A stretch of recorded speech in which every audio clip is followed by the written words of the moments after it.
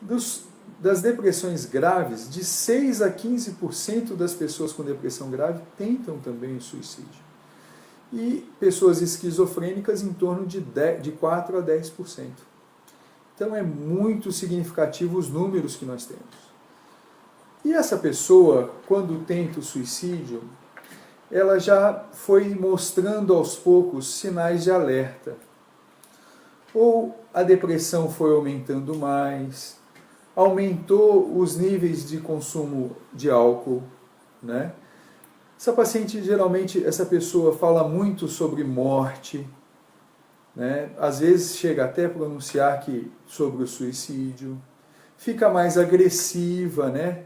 Fica mais pelos cantos da sua casa, né? Fica mais apática, às vezes faz automutilações. Então, assim, é uma doença que a pessoa vai mostrando os sinais. Às vezes vai até se preparando para a morte. Começa a transferir seus bens para os familiares, às vezes dá joias caras para familiares, começa a arrumar documentações. Então, assim, as pessoas começam a mostrar realmente sinais que a depressão está intensa, acentuada. Quando você perceber isso em alguém querido seu, você não pode mostrar pavor, né? Você tem que mostrar que você tem que ser um ouvinte daquela pessoa. Não julgue nunca aquela pessoa. Não seja agressivo. Mostre a importância dela para você e para a sua família, né? Mesmo que não seja da família, um amigo, tudo. E nunca deixe aquele paciente sozinho. São pessoas que não devem ficar sozinhos.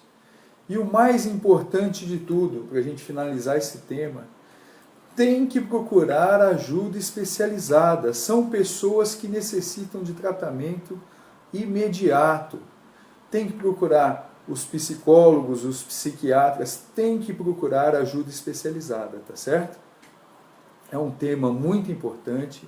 Nós estamos aí no Setembro Amarelo, que tenta chamar a nossa atenção para isso. Isso é um tema que tem que ser realmente bem discutido, tem que ser bem elucidado, porque nós temos muitos casos e com isso a gente vai conseguir evitar muitas mortes desnecessárias aí. Tá certo? Outro tema também muito importante que a gente tem, que todo mundo hoje está apavorado, né? É sobre o sarampo. O sarampo, gente, é uma doença transmitida por um vírus, é uma infecção viral. E é uma infecção que ocorre mais em jovens entre 15 e 29 anos, tá? E é transmitido como? Pelas gotículas de secreções de saliva. Então, assim, é transmitido pela tosse, pelo espirro do paciente contaminado, pelo contato com as mãos contaminadas. E lembrar também que as nossas gestantes podem transmitir para os seus fetos, né? Então, assim, é uma doença de muito fácil transmissão. Pra vocês terem ideia, uma pessoa contaminada, ela chega a contaminar até 16 em média, né? E é interessante também porque os sinais e sintomas demoram a aparecer. De repente, eles demoram de 10 a 14 dias. Então a pessoa já está contaminada e não sabe ainda que tem o sarampo. Essa doença, ela costuma dar alguns sinais e sintomas para nós. E confunde muito as pessoas, que muitas vezes parece com um resfriado. O paciente tem bastante coriza, tem tosse, espirra bastante, fica com os olhos bem avermelhados, tem cansaço, fadiga, mal-estar, tem febre também. E o que é mais característico? As manchinhas vermelhas que aparecem, que a gente chama de exantema.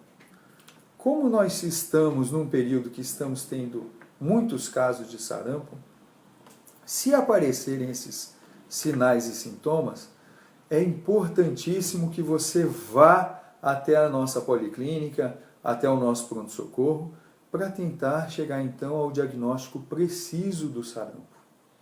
Porque assim, é uma doença muito importante, é uma doença que o tratamento vai ser principalmente sintomáticos, mas em crianças principalmente e em pessoas com imunodeficiência, pode levar até a morte.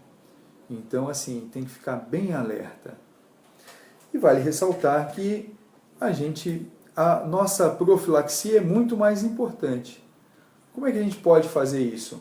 Vacinando, né? Vacinando as pessoas. E como que costuma ser feito esse esquema da vacinação? Geralmente a gente vacina a criança, né? Começa com 12 meses e depois com 15 meses, 2 doses. Claro que essa vacina, até os anos 2000, era dado, costumavam dar apenas uma dose. Então é importante você pegar a sua carteirinha de vacinação, se não tem também, ir a um posto de saúde e vacinar, tá certo? Tem que ser vacinado contra o sarampo. Detalhe, as crianças menores de 1 ano, o que a gente vai fazer com essas crianças? Né? Essas crianças, teoricamente, têm que ser maiores de 6 meses. De 6 meses a 1 ano, a gente pode dar o que a gente chama hoje de dose zero. No caso de uma campanha igual tem agora por causa de surto. Geralmente não é assim. É daquele jeito que eu falei para vocês. Com 12 meses e depois com 15 meses. Mas, no caso de campanhas por surtos, a gente faz uma dose zero nessa criança entre 6 meses de idade e 1 ano. Tá certo? Outra coisa importante ressaltar é o seguinte: grávidas não devem tomar a vacina. Por que isso? Porque a vacina do sarampo ela é feita de vírus vivo atenuado, que a gente chama. O vírus está lá vivo, não são pedaços de vírus, pedaços de bactérias, igual a gente tem em outras vacinas. São os vírus vivos, mas mais fracos, atenuados. Então, assim, uma gestante, se tomar a vacina, ela pode sim desenvolver a doença, tá certo? E até transmitir para o seu feto. Então, não está indicado a vacinação em gestantes, tá certo? A gente tem também isso com a febre amarela, né? Muitas gestantes vêm perguntar para nós, tomam a vacina da febre amarela ou não? Teoricamente, o bom é não tomar, né? São vacinas de vírus vivos. Às vezes, eu brinco que as autoridades falam até que fica a critério médico, né? Colocando o peso todo em cima do médico. Mas assim, a gente aprende que vacinas de vírus vivos atenuados não devem ser aplicados porque a paciente pode desenvolver a doença. Tá certo? Mas, voltando, quando tiver qualquer sintoma parecido com isso, exantemas, que são manchas vermelhas na pele, tosse, coriza, olhos vermelhos, ainda mais agora, né, mal-estar, fadiga, ainda mais agora, no momento em que estamos tendo casos de sarampo, procurem logo o seu médico para então fazer o diagnóstico mais precocemente possível. Tá certo? Outro tema também que pediram para a gente, muitas pessoas pedem, né, a gente está tentando cada dia mais melhorar a qualidade desse atendimento, né, no caso dessa doença, é a endometriose. Né? A endometriose é uma doença. O que é a endometriose? A endometriose é uma doença onde nós temos endométrio fora da cavidade uterina, só para vocês terem uma noção. Endométrio é a parte interna que se desenvolve dentro do útero, né? E a gente tem esse endométrio fora da cavidade uterina. Pode ser em vários locais. E pode ser os mais comuns são ovários, né, e ligamentos uterinos. Mas pode ter na tuba uterina, que é comum também, no peritônio. Nós podemos ter endometriose em quase todos os locais, né? A endometriose também, ela pode acontecer na parede abdominal, igual eu falei para vocês. E o que é endometriose? Por que surge a endometriose?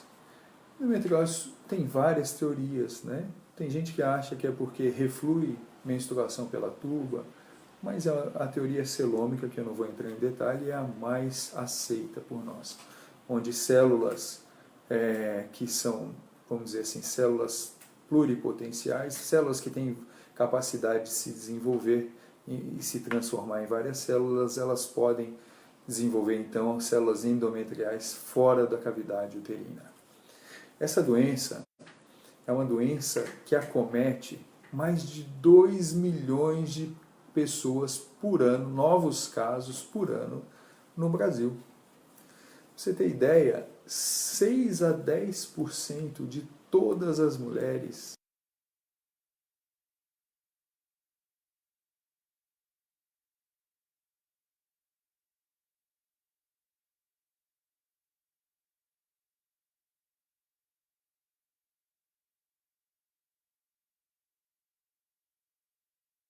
a principal delas é, sem dúvida alguma, a infertilidade. A endometriose, dos casos de infertilidade, a endometriose está presente, para vocês terem ideia, de 25 a 50% dos casos. A endometriose, quais vão ser os sinais e sintomas dela? O principal é a dor crônica, né? Dor principalmente pélvica, abdominal, né? Porque é onde estão os focos de endometriose, na maioria das vezes.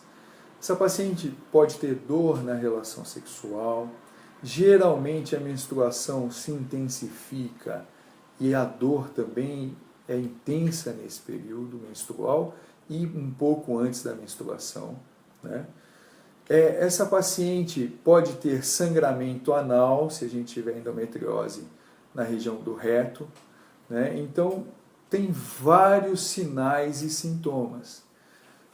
Uma coisa que vale ressaltar, que eu sempre falo isso para as pacientes no consultório, nos ambulatórios, é que assim, não é porque tem dor na menstruação, que a gente chama de dismenorreia, que é endometriose. Só um aumento do fluxo dessa menstruação já pode gerar um aumento da dor importante, significativo, e não ser endometriose. Certo? Então, assim, nós temos esses sinais e sintomas da endometriose, né, esses sintomas principalmente, mas não obrigatoriamente endometriose.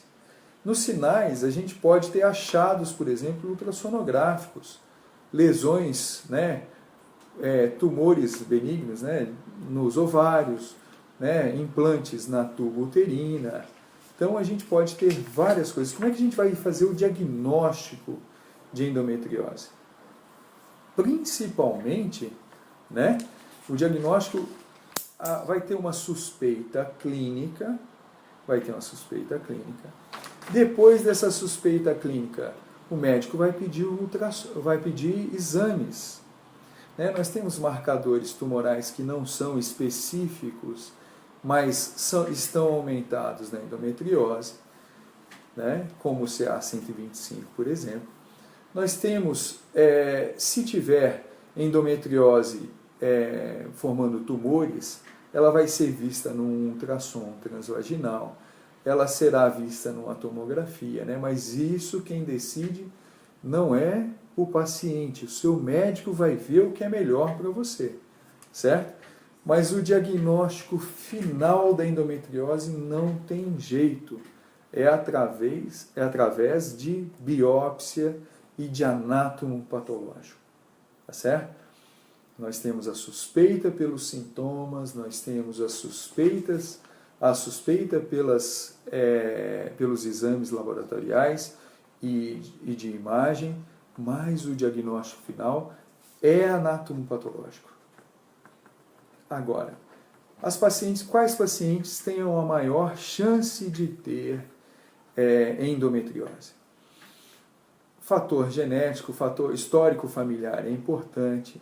A gente vê que pacientes nulíparas que nunca tiveram filhos têm uma chance maior. Pacientes que têm, cada dia mais isso acontece, gravidez mais tardiamente, né, têm uma chance maior.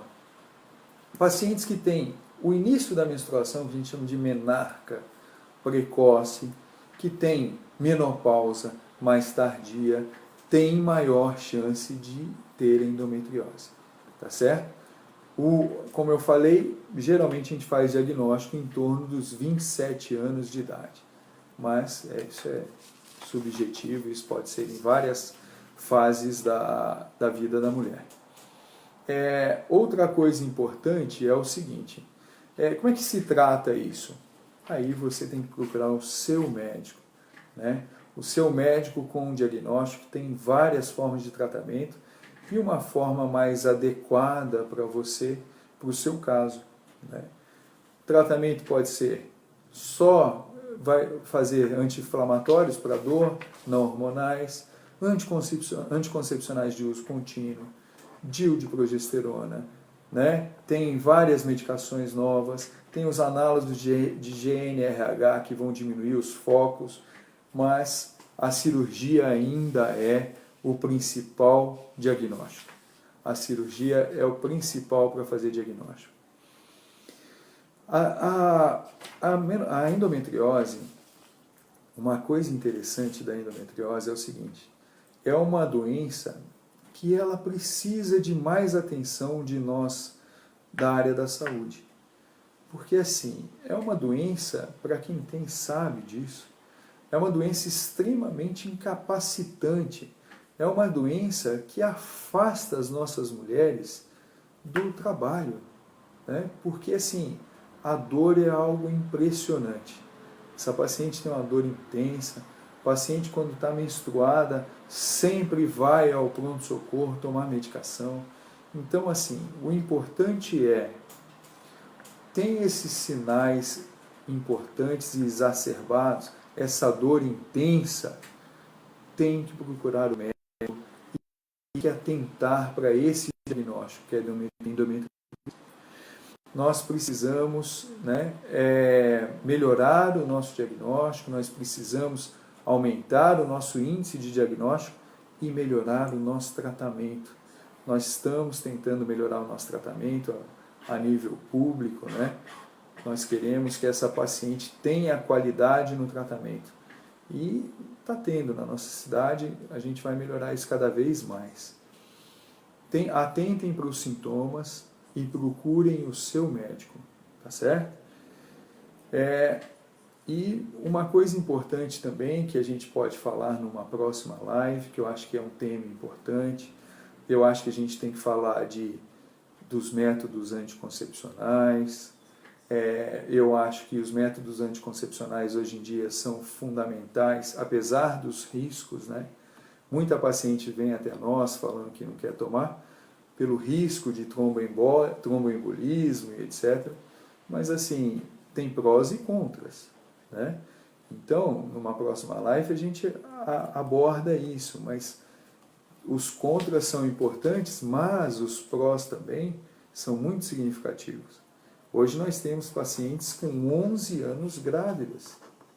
Eu acho que a orientação sexual, a orientação de anticoncepcionais tem que começar cedo, né? Eu acho que você que é mãe, que tem uma filha, né, com 10, 11, 12 anos, começou a menstruar, tem que procurar o seu ginecologista, tem que começar a dar informações, né? Temos que lembrar que temos que vacinar as nossas meninas e meninos contra o HPV, depois a gente pode falar disso também. É fundamental vacinar os nossos pacientes contra o HPV. Porque, assim, essas crianças, o HPV é responsável por mais de 90% dos casos de câncer de colo do útero na mulher, que mata, né? Então, assim, um dos tópicos que nós vamos falar depois. Outra coisa importantíssima que está chegando aí para o mês que vem a gente vai falar disso, é o Outubro Rosa, né? O Outubro Rosa é fundamental porque o câncer de mama mata muita paciente ainda hoje. Nós temos várias formas de diagnóstico, cada dia nós estamos diagnosticando mais precocemente, mas ainda temos casos muito avançados que não precisariam existir. Então, assim, na próxima consulta, na próxima live, nós vamos falar com certeza do câncer de mama. Uma doença muito presente, muito preocupante, mas que eu sempre falo que com um diagnóstico precoce nós conseguimos vencer a doença. Tá certo? Eu queria agradecer muito a todos por nos ouvir. Estamos abertos a todas as sugestões. Eu acho que é importante essa live para a gente tirar dúvidas. Quero que cada dia mais vocês participem. Eu estou aqui para isso, né? Eu acho que a gente tem um papel, o médico tem um papel muito importante na informação do paciente. Eu acho que as pessoas têm que ser cada dia mais informadas para a gente ter diagnósticos mais precoces, para evitar as doenças. Muito obrigado por tudo. Uma boa noite a todos vocês. Obrigado.